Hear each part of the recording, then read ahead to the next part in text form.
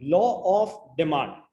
तो जो अभी तक हम इतनी कहानियां सुन रहे थे, हम लॉ ऑफ डिमांड अंडरस्टैंड करना चाहते थे। अब ऐसा लगेगा ये सब तो हम ऑलरेडी कर चुके हैं, tell me something I don't know. तो लॉ ऑफ डिमांड क्या कहता है? Law of demand states, when you define a law you have to use the word it states and you have to use the exact words.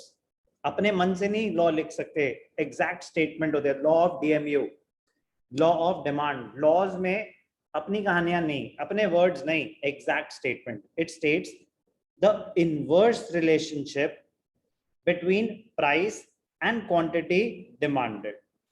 It states the inverse relationship between price and quantity demanded, keeping other factors constant. Ceteris paribus. Ceteris paribus, Latin or Greek, for other factors remaining constant. Ceteris paribus, other factors remaining constant. हाँ, इसको आप ऐसा लग सकते हैं कि law of demand states that other factors remaining constant, बहुत important point है, other factors remaining constant, there is an inverse relationship between price and quantity demanded. Price बढ़ेगा तो डिमांड गिरेगी, प्राइस कम होगा तो क्वांटिटी डिमांडेड बढ़ेगी। अदर फैक्टर्स रिमेनिंग कांस्टेंट, तो इसीलिए जरूरी था पहले हम सारे फैक्टर्स अंडरस्टैंड करें, तब लॉ ऑफ डिमांड ज्यादा रिलेट कर पाएंगे। वरना लॉ ऑफ डिमांड, भैया तो स्टार्टिंग से तो यही बात हो रही थी कि प्राइस कम होगा तो डिमांड बढ़ेगी, यस और नो? Yes sir. प्राइस बढ़ेगा तो डिमांड कम होगी, यस और नो? सर आपकी फेवरेट आइसक्रीम कौन सी है नवशीन? चॉकलेट। चॉकलेट फ्लेवर होता है आइसक्रीम, कौन सी आइसक्रीम फेवरेट है? अच्छा, स्ट्रॉबेरी। ओके चलो, आपको स्ट्रॉबेरी आइसक्रीम पसंद थी, मान लेते हैं क्वालिटी वॉल्स की स्ट्रॉबेरी आइसक्रीम आपको पसंद थी। अब क्वालिटी वॉल्स के अगर प्राइसेस बढ़ गए तो आपकी डिमांड बढ़ेगी या कम होगी? कम। कम होगी। बट ध्यान से सुनना, साइमल्टेनियसली आपकी इनकम भी बढ़ गई तो क्या क्वालिटी वॉल्स के आइसक्रीम की डिमांड कम होगी आपकी? नहीं सर, उतनी रहेगी। तो लॉ ऑफ डिमांड तो फेल हो गया, यस और no? Yes sir. Law of demand ने तो बोला था कि प्राइसेस बढ़ेंगे तो डिमांड कम होगी, कह रहे अदर फैक्टर्स रिमेनिंग कांस्टेंट। बाकी सब कुछ कांस्टेंट है, बाकी सारे आइसक्रीम के प्राइसेस सेम है, आपका इनकम लेवल सेम है, टेस्ट एंड प्रेफरेंसेस सेम है, कुछ भी चेंज नहीं हो रहा। तब अगर प्राइसेस बढ़ेंगे तो डिमांड कम होगी। आपके कौन खाता है बटर चिकन? कौन नहीं खाता बटर चिकन? वेजिटेरियंस नहीं खाते ऑफ कोर्स। आप में से कोई खाता है बटर चिकन? Yes sir. चलो आयुष्मान को खिलाते हैं बटर चिकन, शौर्य भी चलेगा साथ में। कुरैशी का बटर चिकन खाया आपने? Yes sir. मतलब अच्छा है उसका? Yes sir. ठीक है, कॉस्टली भी है, 800-850 रुपए का बटर चिकन दे रहे हैं, ठीक है। अब अगर वो महंगा हो गया, खाओगे? No sir. नहीं खाओगे? बस इतना ही प्यार था बटर चिकन से? विदुर खा अगर बहुत ज्यादा कॉस्ट डिफरेंट होगा देन यस। अगर आपको बहुत ज्यादा पसंद है, आपकी इनकम नहीं बढ़ी बट प्राइसेस बढ़ गए, तो क्या चांसेस हैं फिर भी खा लोगे क्योंकि बहुत ज्यादा पसंद है? तो क्या टेस्ट एंड प्रेफरेंसेस अगर फेवरेबल टेस्ट हैं तो प्राइसेस बढ़ने के बाद भी आपकी डिमांड सेम रह सकती है, गिरेगी नहीं? Yes sir. तो ये अदर फैक्टर्स रिमेनिंग कांस्टेंट कितनी बड़ी लाइन है, इस पॉइंट को समझ आ रहा है? Yes sir. इसके बिना लॉ ऑफ डिमांड अप्लाई नहीं हो सकता। अजम्पशंस हैं, अदर फैक्टर्स रिमेनिंग कांस्टेंट ही आपके लॉ के अजम्पशंस हैं। तो लॉ ऑफ डिमांड के अजम्पशंस क्या हैं?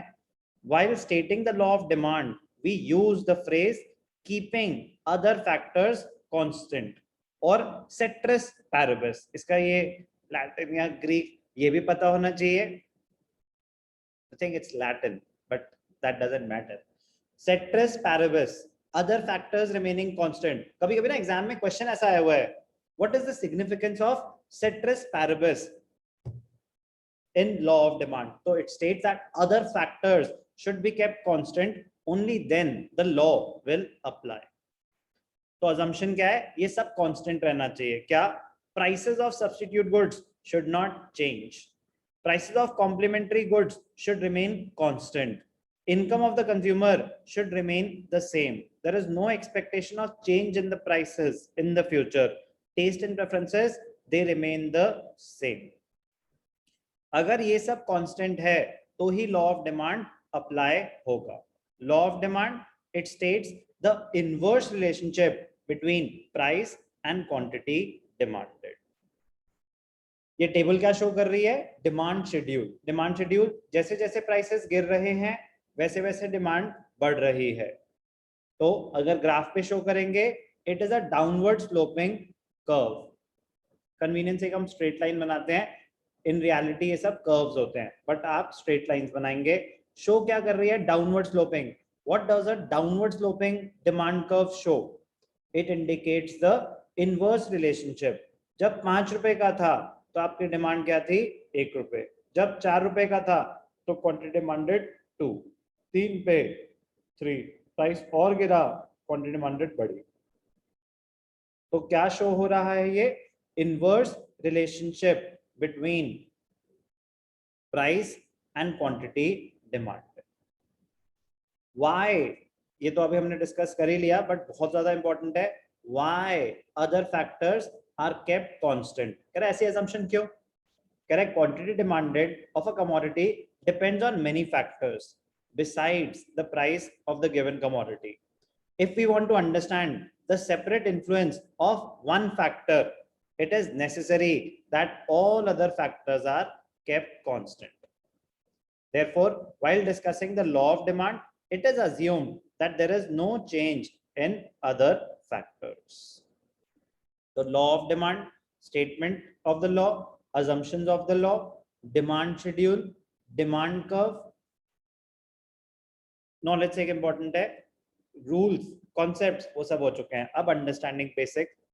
Important facts about law of demand: inverse relationship. It states the inverse relationship between price and quantity demanded. It simply affirms that an increase in price will tend to reduce the quantity demanded, and a fall in price will lead to an increase in the quantity demanded.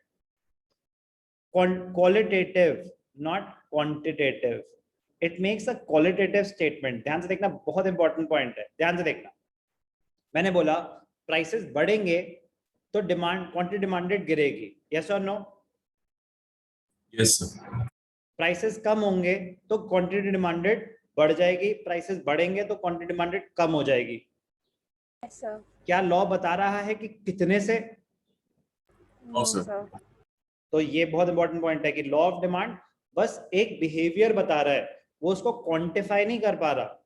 वो सिर्फ behaviour बता रहा है कि हाँ, air conditioner के prices अगर आपने बढ़ा दिए तो उसकी डिमांड कम होगी. कितने से? हम अभी उस लॉ ऑफ डिमांड क्वांटिफाई नहीं कर पाता.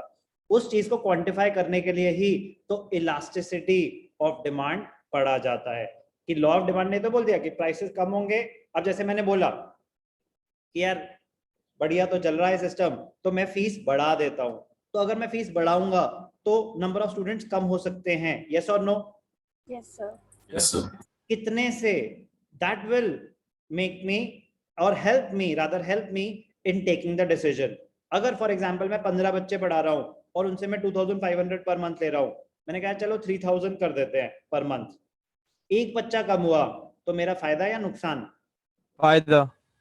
क्योंकि टोटल रेवेन्यू तो बढ़ ही रहा है. 2 Yes, बच्चे sir. कम हुए तो ये कैलकुलेशन कौन मुझे करेगा हेल्प करने में कि मुझे ये वो डिसीजन लेनी चाहिए कि नहीं? Elasticity. Elasticity of demand. Law of demand is qualitative in nature, not quantitative in nature. मतलब वो ये तो बता देगा कि बिहेवियर किस डायरेक्शन में है, क्वांटिफाई नहीं कर पाएगा उसको. बहुत इंपॉर्टेंट बात है ये. यहीं से तो ओरिजिनेट होता है ना, इलास्टिसिटी क्यों पढ़ी जा रही है, उस चीज को क्वांटिफाई करने के लिए. Is this fact important about law of demand? Yes, yes sir. Sir. Yes sir. Very, very important. It is qualitative, not quantitative. It indicates just the direction. कि किस डायरेक्शन में प्राइसेस कम होंगे, डिमांड बढ़ेगी. Prices बढ़ेंगे, demand कम होगी. It is just indicating the direction of change in the amount demanded. It does not indicate the magnitude of change, कितने से, नो, कम होगी, यस, प्राइसेस बढ़ेंगे तो। No proportional relationship, it does not establish any proportional relationship between change in price and the resultant change in demand. मतलब if the price rises by 10%, similar points हैं, कह रहे जब हम क्वांटिफाई कर ही नहीं सकते तो क्या प्राइसेस बढ़ेंगे 10% से, तो क्या क्वांटिटी डिमांडेड गिरेगी 10% से, ऐसा जरूरी है? No, sir. कह रहे लॉ ऑफ डिमांड ऐसा कुछ भी नहीं बोल रहा, नो प्रोपोर्शनल रिलेशनशिप, ऐसा नहीं है कि जितने परसेंट से प्राइस बढ़ेगा उतने परसेंट से डिमांड गिरेगी, जितने परसेंट से प्राइस कम होगा उतने परसेंट से डिमांड बढ़ेगी, ऐसा कुछ नहीं है, no proportional relationship. One sided, the law of demand is one sided as it only explains the effect of change in the price on the quantity demanded. It states nothing about the effect of change in quantity demanded on the price of commodity. Important है, क्या कह रहे हैं ये कह रहे हैं कि वन साइडेड है, वो बस ये बता रहे हैं कि प्राइसेस बढ़ेंगे तो क्या होगा, डिमांड पे इम्पैक्ट, प्राइसेस कम होंगे तो क्या होगा, डिमांड पे इम्पैक्ट। वो ये नहीं बता रहा कि अगर मार्केट में डिमांड बढ़ेगी तो प्राइस पे क्या इम्पैक्ट आएगा। किसी चीज की डिमांड बढ़ती जा रही है, बढ़ती जा रही है, बढ़ती जा रही है, तो क्या उसकी शॉर्टेज क्रिएट होगी मार्केट में? Yes, sir. तो क्या इवेंचुअली उसके प्राइसेस बढ़ेंगे? Yes, sir. Yes, sir. कह रहे वो बिहेवियर नहीं स्टडी कर रहा लॉ ऑफ डिमांड, वो आगे जाके जब हम मार्केट इक्विलिब्रियम पढ़ेंगे तब जाके वो बिहेवियर आएगा, impact of change in quantity demanded और change in demand on the price. अभी हम क्या बता रहे हैं, impact of change in price on the quantity demanded, one sided है ये। कह रहे प्राइस के चेंजेस की वजह से डिमांड पे क्या इम्पैक्ट आएगा वो स्टडी कर रहे हैं। तो law of demand, meaning, schedule, assumptions and some important facts of law of